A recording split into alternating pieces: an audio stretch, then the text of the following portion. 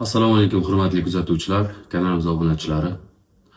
Bugun e'tiborlaringga biz proktologiyada ishlatadigan eng zamonaviy apparaturalarni namoyish qilmoqchimiz.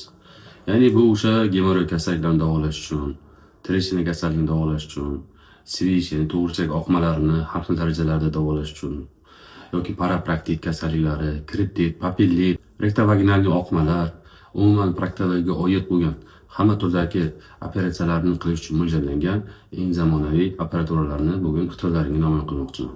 Ko'pchiligimiz oldingi videolarda lazerni ko'rsating, ligashuvni ko'rsating, garmon ko'rsating, kalkulyator qanaqa bo'ladi yoki o'sha longo metodda ishlanadigan apparaturalar qanaqa bo'ladi deb savollar berishgan va bugun shu narsalarni birma-bir sizlarni e'tiborlaringizga ko'rsatib, tanishtirib chiqmoqchiman. Ya'ni siz bilib olingki, sizga ishlatiladigan apparat o'zi qanaqa. Lazer deb sizga kalkulyator ishlatib qo'yishmayaptimi? yoki longo deb umuman boshqa narsa ishlatishmayaptimi?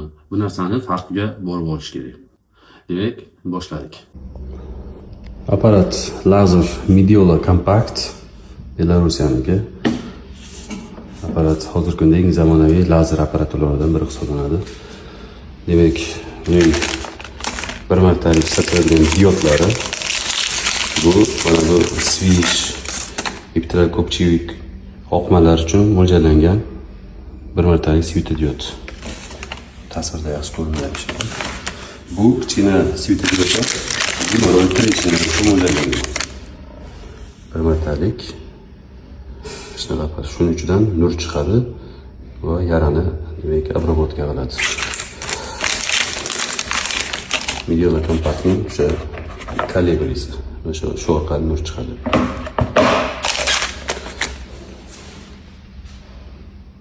Hozirgi ko'rib o'tgan videoyingizda demak lazer apparati haqida ma'lumot berildi. O'sha lazerning ko'rinishi shunaqa turda bo'ladi. Videoning davomida sizga kalkulyatorni ham ko'rsataman. Bu lazerdan tubdan farq qiladi. Lazerda ishlatiladigan narsa o'sha boya ko'rsatganimdek bu nakanichnik. Bir martalik nakanichnik. Videoga qarab boramiz. Bu o'sha svetodyod hisoblanadi. Bu qo'lda turgani demak svishlar uchun, ya'ni murakkab turdagi svishlarmi, oddiy turdagi svishlar uchun mo'ljallangan nakanichnik, одноразовый yoki iptiral ko'pchilik xod deydi, iptiral ko'pchilik oqmalari uchun ishlatiladigan bir martalik svetodyod. Ya'ni olinadi, ishlatiladi, va shunaqa pachkalar bo'ladi. U strinli ochiladi, ishlatiladi, tashlab yuboriladi. Keyingisi bu kichkina svetodyod hisoblanadi. Bu svetodyodimiz asosan mana ko'rinishi. Bu asosan demak treshinalar uchun, gemoroylar uchun mo'ljallangan svetodyod hisoblanadi. Bu ham bir martalik hisoblanadi. Bu yo'q nakanichnik ulanadi, o'sha lazerning Midiola kalibrasiga ulanadi, bunisi o'zidan nur chiqaradi va nur yordamida demak kuydiriladi. Yana bir lazerning turi bor. Bu hozir tepada ko'rsatganim bu Belarus, Rossiya lazer hisoblanadi. Germanskiy lazer bor, Violet lazeri hisoblanadi. U germanskiy apparat. Bu ham o'zining maxsus o'sha o'tkazuvchan svetodyodiga ega. Bu yo'q o'sha apparat ko'rinadi. Bu ham одноразовый. Bu uchidan nakanichnik o'zidan nur chiqaradi, mana nur chiqaradigan demak svetodyodi bor. Bu maxsus o'sha anaqaga nakanichnik ulanadi. To'qima orasiga kiritiladi va bu yerdan nur chiqarib, vaporizatsiya, tirshinani kuydirish, destruksiyalarni amalga oshiradi. Bu narsa maxsus plastik projektor hisoblanadi. Bu o'sha to'g'richakka kirib, to'g'richakka kiriladi. Shu dostуп ochish uchun bunaqa ko'rinishda kirgandan keyin bemorda o'sha ichkaridan lazerning diodi kiriladi. Bunaqa ko'rinishda kirib, gemoroyni shu nakanichnik yordamida kuydiriladi. Rektator joyi o'zgartiriladi, kuydiriladi, o'zgartiriladi, kuydiriladi, o'zgartiriladi, kuydiriladi. Bu ham bir martalik maxsus demak plastikdan ishlangan rektator hisoblanadi. Keyingi apparatimiz bu ichki gemoroylar uchun, ayniqsa 3-4 daraja ichki gemoroy, shilla qavatning tushishi, ya'ni bir xillarda shilla qavat tushib qoladi tashqariga. Hojatga bo'lganda bir narsa X tashqariga chiqib qoladi. Biz umuman shilla qavat tushish haqida batafsil video qilganmiz, uni o'sha kanalimizga o'tib ko'rishingiz mumkin. O'sha turdagi operatsiyalar uchun sirkulyarni qirqib olish uchun mo'ljallangan apparat. Apparatning oti sirkulyarniy svish apparat deyiladi. Apparat ham одноразовый, bir martalik hisoblanadi. Ochiladi. Apparatning ichida maxsus demak o'zining kanyuli bor. Bu kanyul alohida ajratib olinadi. Bu o'sha to'g'richakka tiqib, ko'rinayotgan bo'lsa, to'g'richakka tiqir, sirkulyarniy bu maxsus qirqib oladi. Bosganda qirqib oladi. O'sha ko'rib turgan sohasidan maxsus steplerlar chiqadi. Stepler shilliq va sirkulyarniy qirqib oladi. Bu apparatning afzalligi shundan iboratki, bemor operatsiyadan keyin deyarli og'riq his qilmaydi. Yani og'riqdan qo'rqadigan bemorlarimiz bor, shularga yuborib qo'ysanglar bo'ladi. Gemoroy operatsiyalarida agar sizda ichki 3-4 daraja gemoroy yoki shilliq qavatning tushishi kuzatilayotgan bo'lsa, eng yaxshi metod sirkulyarniy shivish apparat yordamida longa usulida, demak, gemoroy tugunlarini yoki shilliq qavatni qirqib olish. Eng yaxshi metod. Bemor ertasi kundan boshlab bemor turib oyoqqa turadi. Og'riqlar deyarli bo'lmaydi. Endi yo'q demayapman. Deyarli juda kam miqdorda bo'ladi. Hojat paytida bemor ko'p qiynalmaydi. Chunki anatomik tuzilish jihatdan to'g'richak anal kanali 4 sm 5 sm zonani tashkil qiladi. Orqa teridan boshlab 4-5 sm. Aynan o'sha joyda nerv tugunlar juda ko'p. Shu joyga tegirilsa, shu joydan qirqilsa, shu joydan tugun olib tashlasa, bemor og'riq his qiladi. Bu apparat esa o'sha tepa tomon anal kanalida maxsus chiziq bor, liniya, jismon liniya deyiladi. O'sha liniyani tepa tomondan qirqadi. Ya'ni u joyda nervlar juda kam. Shuning uchun bemor deyarli operatsiyadan keyin og'riqlarni his qilmaydi. Demak, sirkulyarniy apparat longa metod bo'yicha ishlaydigan ko'rinish. Aytib o'tishim kerak, bu apparat bir martalik, bu ham naborni o'zi kompaniyasiga qarab kamida $150 dan $300-400 ketishi mumkin. Shuning uchun bu metod bilan qilingan operatsiyalar biroz qimmatroq. Oddiy gemoroy usulida qilingan operatsiyalarga qaraganda bu usulda qilinganda biroz qimmatroq. Chunki apparatning narxi albatta xarajatlarga qo'yiladi. Bu apparatimiz elektrokagulyator deyiladi. Elektrokagulyator. Fotik firmasiga tegishli rossiyskiy yaxshi apparat. Ko'pchilik klinikalarda shu apparatni lazer deyishadi. Aslida bu lazer emas. Bu monopolyar yoki bipolyar elektrokagulyator. Bu ham to'qimalarni kesib olishga mo'ljallangan, lekin lazer apparat hisoblanmaydi. Bu kichikroq varianti. Fotik. Eng yaxshi zamonaviy apparatlarimizdan Taviding firmasiga tegishli bo'lgan Legashu apparat. Mana Legasuri deb yozib qo'yibdi inglizchasiga. Legashu bipolyarniy apparat.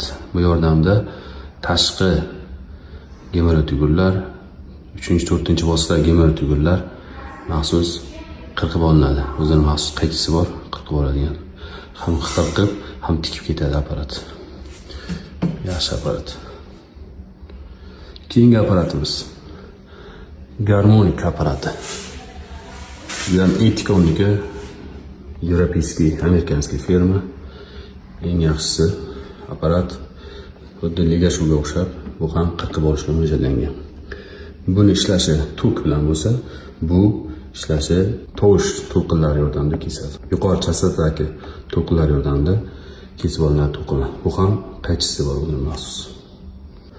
Va yana qo'shimcha operatsion blokimizda pompa bor, varikoz kasalliklari uchun eng oxirgi darajadagi Mindrive 4K laparoskop stoykasi, yana bitta laparoskop stoyka 4K apparaturalarımızdan hech qanaqa muammo yo'q.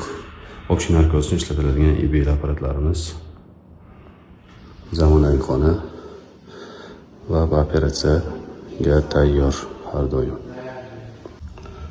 Bu ikkinchi operatsion blokimiz. Bu yerda ham alohida IBL apparatimiz, yana bitta stoyka, eng zamonaviy qorin bo'shlig'ida qilinadigan laparoskopik operatsiyalar uchun ishlatiladigan stoyka. Ya'ni xalq tilida lazer deyiladi.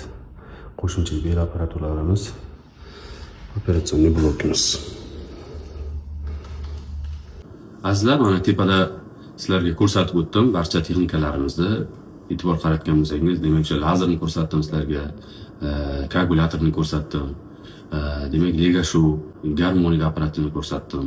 Qorin bo'shlig'ida qilinadigan operatsiyalar uchun, ya'ni o'sha ichak rezeksiyalar, ichakni qirqib olib tashlash, uzunlashib ketgan ichaklar, ayniqsa dalil signallarda ishlatiladigan stoykalarimizni ko'rsatdim. Bizdagi apparaturalar eng oxirgi, eng zamonaviy, eng sifatli apparaturalar hisoblanadi. Chunki albatta bizni uchrashuvni bu narsaga juda qattiq qaraydi. Bir mahsulot oladigan bo'lsak, bir narsa sotib olmoqchi bo'lsak, mana shu davrda eng yaxshisini, demak, klinikamiz rahbariyatimiz tomonidan olib berilgan siz ishlatadigan apparatura qanchalik yaxshi bo'lsa, erta sizda bo'ladigan asoratlarni shu darajada minimallashtiradi. Ya'ni shu darajada pastroq asoratlar, kasallik qaytarilish ehtimoli shuncha pasayib boradi. Albatta endi Jiguli bilan Lamborghini solishtirib bo'lmaydi. To'g'rimi? Kimdir Jiguli bilan operatsiya qilyapti. Kimdir Lamborghini bilan operatsiya qilyapti. Ikkalasi ham to'g'ri manzilga olib borishi mumkin, lekin farq bor. Komfortda farq bor, yurishda farq bor, tezlikda farq bor, sifatda farq bor. Bejizga Lamborghini qimmat hisoblanmaydi, chunki unga aql ishlatilgan, chunki unga bilim berilgan, chunki unga mehnat ketgan. Apparaturani soddaroq tilda tushuntirish uchun o'xshatish qildim xolos. Endi video davomida klinikamizning ko'rinishi haqida ozgina video ma'lumot bermoqchiman. Marhamat. Klinikamizning kechki ko'rinishi.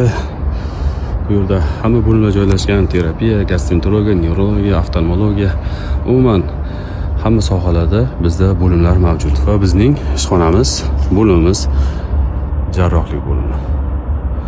Jarrohlik bo'limi mana shu bizning ishxona hisoblanadi. 2 qavatli zdaniya. Birinchi qavat va ikkinchi qavatdan iborat. Ikkinchi qavatda albatta operatsion bemorlarimiz, postoperasion bemorlarimiz demak yotib davolanishadi. Klinikamizni ichkaridan sizlarga biroz tanishtiraman. Bu bizning klinikaga kirish joyi. Tungi soat 11 dan o'tganligi sababli hozir hamma uyquda. Bu bizning operatsiyaga kiradigan xonamiz. Bizning xona. Fayzli xonamiz. Bizning ish joyimiz. Albatta tartibsiz, e'tibor bermaysizlar. Ish joyimiz, ishxonamiz. Aynan shu yerda ish faoliyatimizni olib boramiz. Azar mana klinikamizning ko'rinishi, bo'limlarimiz holatini bir qator ko'rib chiqdingiz. Bu bizning demak klinikamiz. Bizning klinikamiz demak O'zbekiston temir yo'llari markaziy klinik shifoxonasi hisoblanadi. Har qanday operatsiya, har qanaqa organ bilan bog'liq har qanaqa turdagi operatsiya bizda amalga oshiriladi. Bizda ustozlarimiz bor, kollektivimiz juda tajribali mutaxassislar, ustozlarimiz, professorlar, ya'ni oddiy odamlar bu yerda ishlamaydi. Shuning uchun azizlar, agar sizda yoki sizning yaqinlaringizda qanaqa turdagi operatsiyalarga ehtiyoj bo'ladigan bo'lsa, buni ham proktologik turdagi operatsiyalarga ehtiyoj bo'ladigan bo'lsa, ya'ni deylik o'sha gemoroylar, har qanaqa turlari, ichak shilqali tushishlari, svishlar, to'g'richak oqmalari, epiterokopchik yuxotlar, epiterokopchik kistalar, treshinalar, parapraktitlar, umuman proktologiyaga oid qanaqa turdagi muammo bo'ladigan bo'lsa, hech ikkilanmasdan bizning klinikamizga murojaat qilishingiz mumkin. Bu yerda, ya'ni klinikamizda siz uchun tibbiy, malakali xizmat ko'rsatish uchun hamma sharoit bor. Ya'ni apparaturalarning eng oxirgilari ishlatiladi, mutaxassislarning eng yaxshilari bizda jamlangan va biz sizga sog'lig'ingizni tez orada tiklab olishingizga demak yordam beramiz. Hurmatli kuzatuvchilar, shuning bilan sizlarga bermoqchi ma'lumotlarim o'z nihoyasiga yetdi. Qanaqadir yana savollar bo'ladigan bo'lsa, marhamat kommentariyada o'z fikrlaringizni bildirishingiz mumkin. Bizni kuzatishda davom eting. Biz sizlarga yangiliklar, yangi ma'lumotlar berishda doim harakatdamiz. Har doim aytadigan gapimiz, o'zingizni va yaqinlaringizni ehtiyot qiling. Sog'liqni qadriga yeting. Albatta, sog'liq eng buyuk ne'mat. Sog' bo'linglar.